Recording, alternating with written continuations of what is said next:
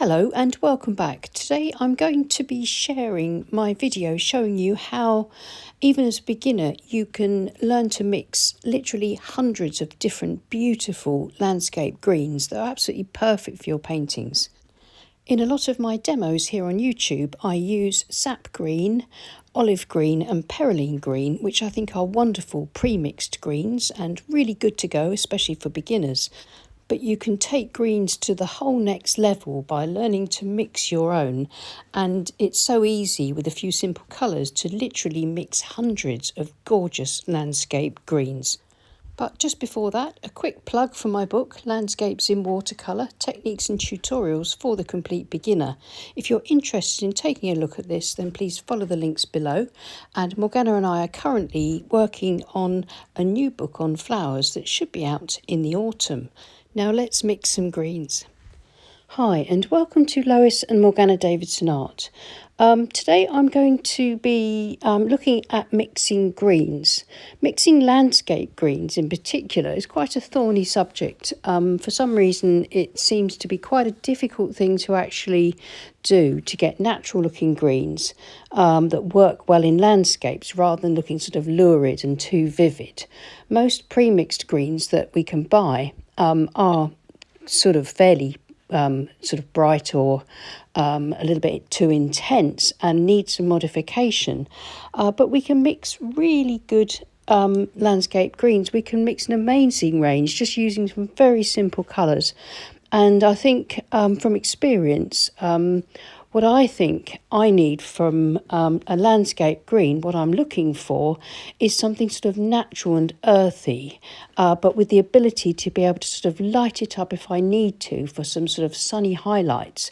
But mostly they're going to be quite subdued and muted greens, tending towards maybe the brown or the grey in a lot of cases. So this week I've mixed literally hundreds of varying shades of landscape greens, including quite a few sort of that are more brown and more grey. But I think that's a necessary part of this mixing process, to find browns and greens that go well together and that are harmonious. And if we use the same basic colours to mix our greens from, they will mostly tend to look harmonious in our painting. So hopefully I'll give you some ideas now for experimenting with mixing your own greens, which I think you'll find is a lot easier than you think if you sort of bear a few simple principles in mind. I've been swatching mine out on the backs of old paintings at 1/4 imperial size. So what I've been doing is collating my green swatches in this A3 Sea White of Brighton mixed media sketchbook. So I'll just glue the swatch sheets into here, and eventually I should build up a really interesting record of all sorts of just slight variations of different colours, which is really useful for landscape painting. So this first page is where I have mixed all my greens from using just ultramarine blue. So ultramarine blue has been my base colour, and going from left to right, the column on the left I have mixed ultramarine blue with raw sienna in differing amounts. Next one along I've mixed it with burnt sienna, and then in the middle I've mixed ultramarine blue with yellow ochre.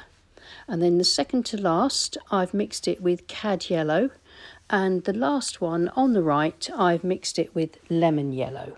And you can see the difference actually between the colours that I get mixing with the earth colours, the raw sienna, the burnt sienna and the yellow ochre, is very different to the colours that I get, the greens that I get from mixing with the cad yellow and the lemon yellow.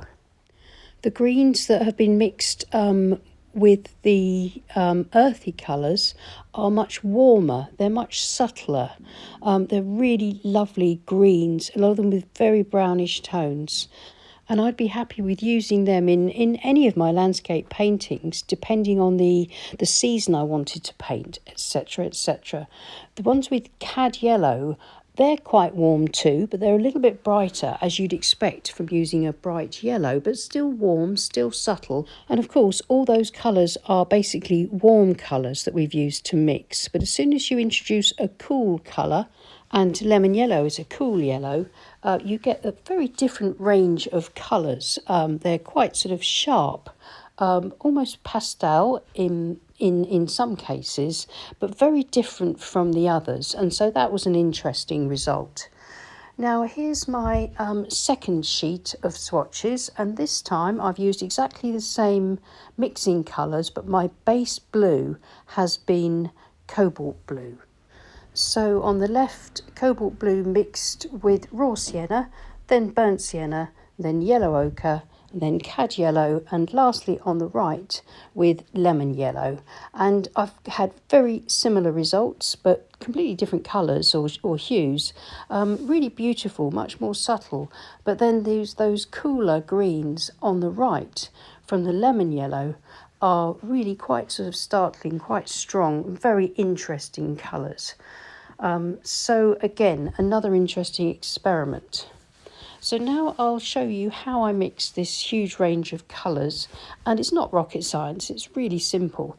It's just a matter of deciding on a base colour, and for this one I have sped my swatching up. I'm not as fast as this in real life, but almost, but not quite. So I'm using Payne's Grey as my base colour, and here on the left, as with the other ones, I'm mixing my Payne's Grey with water and varying amounts of raw sienna, and you can see that with the Payne's Grey I'm getting these really sort of quite dark, quite earthy, almost sort of muddy greeny browns, but much more tending to the green side rather than the brown side. But if I mix with my Payne's Grey with burnt sienna, just about all of my swatches are turning out to be quite brown, quite a sort of reddish brown, as you'd expect from burnt sienna. I'd imagine that if I added some raw sienna into this, I would get stronger greens, but I'm trying this as just a single colour added to the base colour for this experiment. And as it is, those greens are really browns are really beautifully compatible with the other colours, as you'll see as I swatch them out. So this time it's Payne's Grey with yellow ochre. Again, they look a lot browner on the screen than they are, but we've got some really beautiful, subtle, deep olive colours coming through here. Sort of really beautiful, beautiful shades and tones. And the more yellow ochre you add, the warmer these greens become, the more sort of mossy or lichen greens. And now finally, using cad yellow, I didn't mix with lemon yellow this time, but you could try that yourself. I'm sure lemon yellow will yield some wonderful results mixed with Payne's Grey. But look at some of these colours, they're so subtle, they're so beautiful. I think very often when we're out in a landscape, if we really look at it carefully with an artist's eye, instead of a preconceived eye, we will see that the greens around us, especially in the UK, are often very muted, more sort of very strong sort of brownish tones to them, or yellowish tones, depending on the time of year. And of course, as I live in the UK, that's why I'm focusing on mixing this kind of range of muted earthy greens, because that suits the style of painting and the landscapes that I paint. But of course, if you live in warmer climes, then I'd suggest using some brighter blues and maybe brighter yellows. I would suggest that you try mixing with a Prussian blue or a cerulean blue, maybe even a Windsor blue, and then see what sort of colour ranges you get from those. And then when you sort of happen upon the colours that you like and that you think suit your local landscape, then you're pretty much onto a winner really, and you probably never need to buy pre-mixed greens ever again. As you can see, I've literally mixed hundreds of really elegant, beautiful, harmonious shades, just using a few simple colours, and I could have mixed more, but I just thought this would give you a really good idea of how fulfilling and fun it can be to experiment and explore colour in this way. Well, I hope that was helpful. Please let me know in the comments what you think, whether you mix your own greens or whether you struggle with mixing them. And let me know if you have a go at something similar to this and what you think of the range of colours that you get. Don't forget to hop on over to Patreon and join us there for advert-free demos and for a community group where you can post your work and interact with other artists and sort of support each other. So if you're interested in that, then please follow the links below.